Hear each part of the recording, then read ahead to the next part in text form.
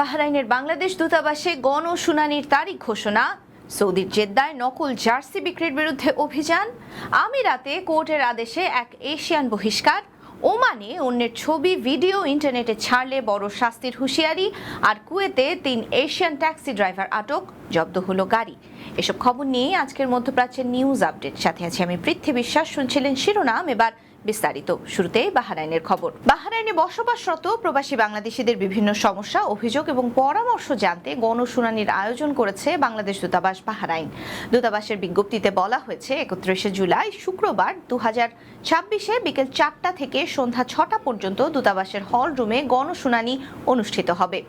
এতে বাহরাইনে নিযুক্ত বাংলাদেশের রাষ্ট্রদূত মোহাম্মদ রইস হাসান সারোয়ার এনডিসি উপস্থিত থাকবেন।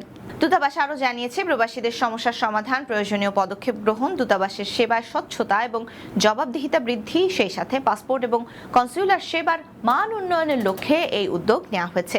আগ্রহী প্রবাসীরা এতে অংশ নিয়ে তাদের বিভিন্ন সমস্যা, অভিযোগ এবং পরামর্শ সরাসরি তুলে ধরতে পারবেন এবং দূতাবাসের কর্মকর্তাদের সঙ্গে মত বিনিময় করতে পারবেন। মধ্যপ্রাচ্যের অস্থির এই সময়ে যখন বাহরাইন প্রবাসী বাংলাদেশিদের অনেকে দেশে ফিরলে ভিসা বাতিল হবার অভিযোগ পাওয়া যাচ্ছে, তখন এই প্রতিকার পেতে এই ধরনের গণশুনানিতে অংশগ্রহণ ফলপ্রসূ হতে পারে। সৌদি আরবের জেদ্দার বিভিন্ন দোকানে অভিযানে 3699টি নকল ব্র্যান্ডের পণ্য জব্দ করা হয়েছে। জেদ্দা পৌরসভা কর্তৃপক্ষ জানিয়েছে, অভিযানে বিভিন্ন দোকান এবং গুদামে বিখ্যাত আন্তর্জাতিক ব্র্যান্ডের নামে বিক্রির উদ্দেশ্যে রাখা নকল পণ্য উদ্ধার করা হয়েছে। এসব পণ্যের মধ্যে রয়েছে পোশাক, আনুষঙ্গিক সামগ্রী এবং বিভিন্ন ধরনের পণ্য, যেগুলো অনুমোদন ছাড়াই পরিচিত ব্র্যান্ডের নাম ও লোগো ব্যবহার করে বাজারে বিক্রি করা হচ্ছিল।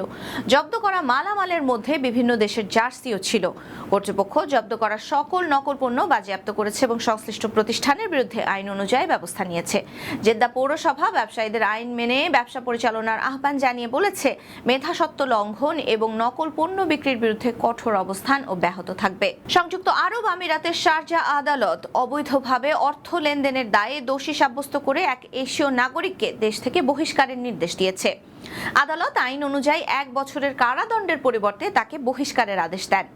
মামলার নথি অনুযায়ী অভিযুক্ত ব্যক্তি প্রয়োজনীয় সরকারি লাইসেন্স ছাড়াই প্রবাসীদের কাছ থেকে বিদেশে টাকা পাঠানোর জন্য অর্থ সংগ্রহ করে আসছিলেন।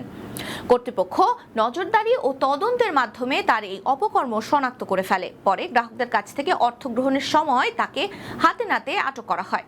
তদন্তে আরও প্রমাণ মিলেছে, তিনি বিদেশে থাকা সহযোগীদের সঙ্গে ফোনে যোগাযোগ করে অবৈধ অর্থ স্থানান্তরের সমন্বয় করতেন। আদালতে শুনানির সময় অভিযুক্ত ব্যক্তি প্রয়োজনীয় অনুমোদন ছাড়া বিদেশে অর্থ পাঠানোর অভিযোগ স্বীকার করে নিয়েছেন। এরপর আদালত তাকে 1 বছরের কারাদণ্ডের পরিবর্তে আমিরাত থেকে বহিষ্কারের নির্দেশ দেন।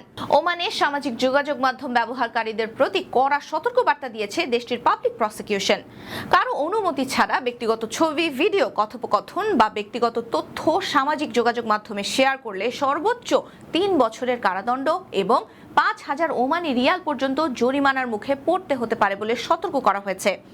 পাবলিক প্রসিকিউশন জানিয়েছে, অন্যের অনুমতি ছাড়া কারো ছবি, ভিডিও ধারণ, সংরক্ষণ, কপি, স্থানান্তর, প্রকাশ বা শেয়ার করা ওমানের সাইবার অপরাধ দমন আইনের আওতায় শাস্তিযোগ্য অপরাধ। এমনকি কোনো তথ্য, ছবি বা ভিডিও সত্য হলেও যদি তা অন্যের ক্ষতি করার উদ্দেশ্যে প্রকাশ করা হয় বা প্রচার করা হয়, তাহলেও আইনি ব্যবস্থা নেওয়া হবে। কর্তৃপক্ষ আরও জানিয়েছে, আইনি দায় শুরু হয় সামাজিক যোগাযোগ মাধ্যমে কোনো কিছু শেয়ার করার আগে থেকেই। তাই অনলাইনে অন্যের ব্যক্তিগত তথ্য বা ছবি, ভিডিও প্রকাশের আগে সবাইকে সতর্ক থাকার আহ্বান জানানো হয়েছে। ফলে প্রবাসী বাংলাদেশিদেরও এ বিষয়ে সতর্ক থাকা উচিত। কুয়েতে ব্যক্তিগত গাড়ি ব্যবহার করে অবৈধভাবে যাত্রী পরিবহনের অভিযোগে 3 এশীয়কে গ্রেফতার করেছে দেশটির জেনারেল ট্রাফিক বিভাগ। অভিযানের সময় তাদের যাত্রী পরিবহনের বিনিময়ে টাকা নিতে দেখা যায়। নিরাপত্তা সূত্র জানিয়েছে, গ্রেফতার হওয়া 3 জনকে একটি পুলিশ স্টেশনে আটক রাখা হয়েছে। একই সঙ্গে অবৈধ যাত্রী পরিবহনে ব্যবহৃত তাদের ব্যক্তিগত গাড়িগুলো জব্দ করা হয়েছে। প্রয়োজনীয় আইনি প্রক্রিয়া শেষে তাদের বিরুদ্ধে ব্যবস্থা নেওয়া হবে। এদিকে দেশটির জেনারেল ট্রাফিক বিভাগ জানিয়েছে, দেশ জুড়ে পরিচালিত 24 ঘন্টার বিশেষ অভিযানে প্রায় 3000 ট্রাফিক আইন লঙ্ঘনের মামলা করা হয়েছে। সেই সাথে 31টি গাড়ি জব্দ করা হয়েছে।